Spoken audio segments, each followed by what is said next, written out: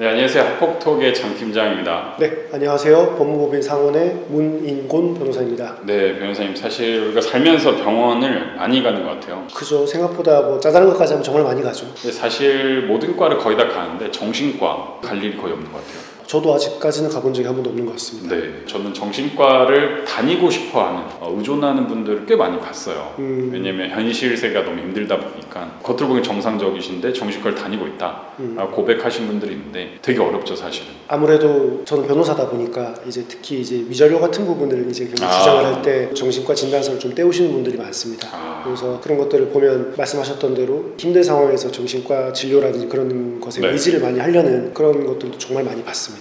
오늘 주제는 이제 학폭에서 만약에 정신과 상담 기록, 진료 이런 게 있으면은 도움이 될까요? 라는 질문이 많이 들어와서 요거 한번 얘기해 주시면 좋을 것 같습니다.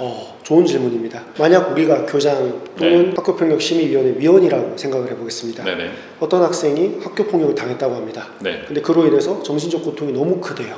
그래서 불면증에 막 시달리고 막 대인기피증까지 생겼다고 하는데 우리는 이제 무엇을 보고 그것을 판단을 할까요? 그런 사실에 대해서? 그냥 자기가 구두로 말하면 사실 객관적이지가 않죠. 근데 뭐 정신과를 다녔다, 갔다 왔다 라는 진료 기록이 있으면 조금 신빙성 있다 생각할 것 같습니다. 네, 맞습니다. 이제 정신적 이런 피해를 밝히는 데 있어서 제3자에게 객관적으로 보여줄 수 있는 증거가 바로 정신과 진료 기록이고, 이 진료 기록이 학교폭력 신고가 있고 그럼 뭐 이제 한참 뒤에 받았다. 입증이 효과적일까요? 아니면 학교폭력이 있던 시점과 밀접해서 근 시간에 받은 것이 입증이 효과적일까요? 그렇죠. 가급적이면 저는 빨리 학교폭력에 대한 피해가 발생한 시점부터 가급적 빨리 특히 아이의 정신적인 불안 증세가 시작되자마자 바로 그때 받는 게 가장 좋을 것 같고요. 이런 것들을 이제 정리를 해보면 크게 이제 두 가지겠죠. 첫 번째, 정신과 상담 진료 기록은 피해 학생의 심리적인 피해를 입증하는 데 큰 도움이 된다.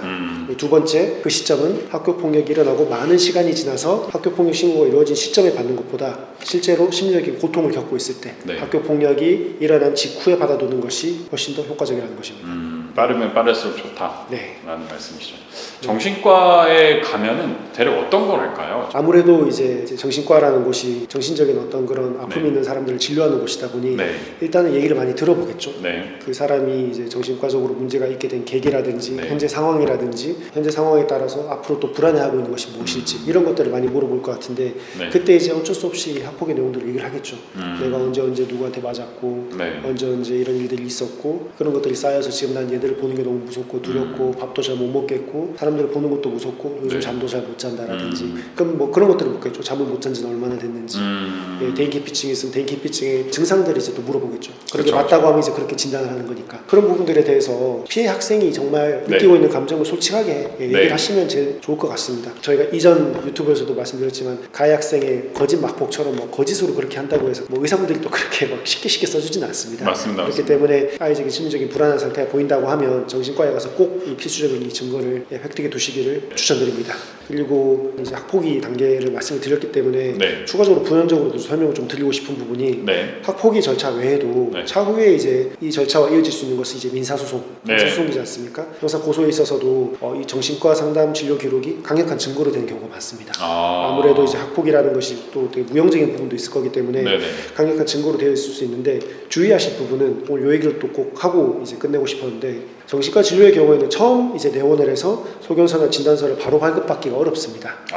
제 경험상 그렇습니다. 가서 진짜 쉽게 발급해주고 피해 학생이 했던 말을 그대로 이제 어떠한 진단도 없이 그냥 그대로 받아 적는 것은 사실 이제 의사가 해서도 안 될 일이고 쉽게 발급받기 어렵습니다. 그래서 이 부분을 꼭 알고 처음에 또 가셔야 됩니다. 첫날 가자마자 이걸 바로 쓰는 게 아니라 일정 기간 진단을 해보고 그런 증상이 이제 확정적이다. 그렇죠.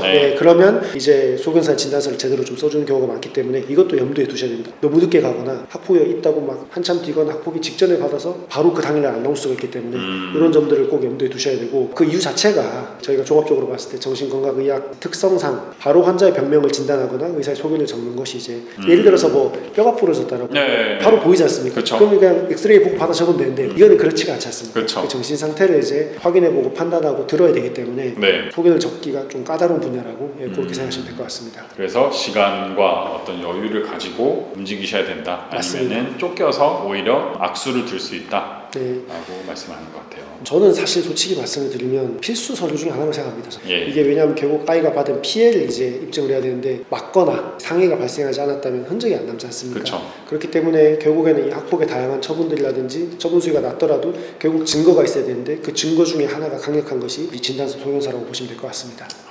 네, 오늘 그 정신과 진단서 이런 거에 대해서 말씀을 좀 드렸는데 궁금하신 부분들은 또 어떻게 학폭에서 활용이 되냐, 또 자주 물어보는 건 뭐냐 이런 것들을 달아주시면은 네. 제가 또 답변을 드리도록 하겠습니다. 네. 네, 오늘 영상 마치겠습니다. 감사합니다.